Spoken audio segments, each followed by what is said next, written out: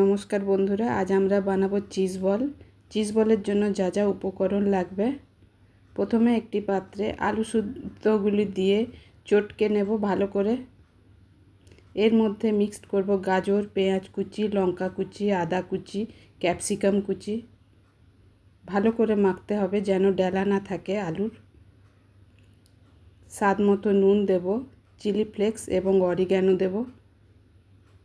বাইন্ডিংয়ের জন্য একটু অ্যারারুট বা কর্নফ্লাওয়ার যা থাকবে আপনার কাছে একটু দেবেন।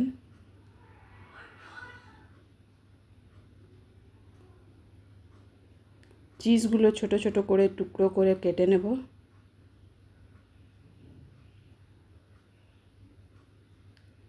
আলুর ছোট ছোট বল করে ভেতরে এক টুকরো করে চিজ দিয়ে দেব আর সুন্দর করে গোল করে বল করে নেব। গোল করার সময় যদি হাতে লেগে যায় তাহলে একটু সামান্য জল দেব হাতে, তাহলে আর আলুগুলি হাতে লাগবে না আর গোল হবে সুন্দর হয়ে। এবারে কড়াইতে তেল গরম করে নেব। যতক্ষণ তেল গরম হচ্ছে ততক্ষণ 1 টেবিল চামচ কর্নস্টার্চ দিয়ে জলে গুলিয়ে একটি ব্যাটার তৈরি করব।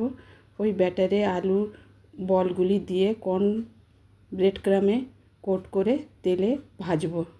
ভাজার সময় গ্যাসের আঁচ কম রাখবো, নালে ওপর থেকে লাল হয়ে যাবে কিন্তু ভেতরে ভালো মতো ভাজা হবে না। ব্যাস তৈরি আমাদের চিজ বল। গরম গরম ভাজুন আর এনজয় করুন।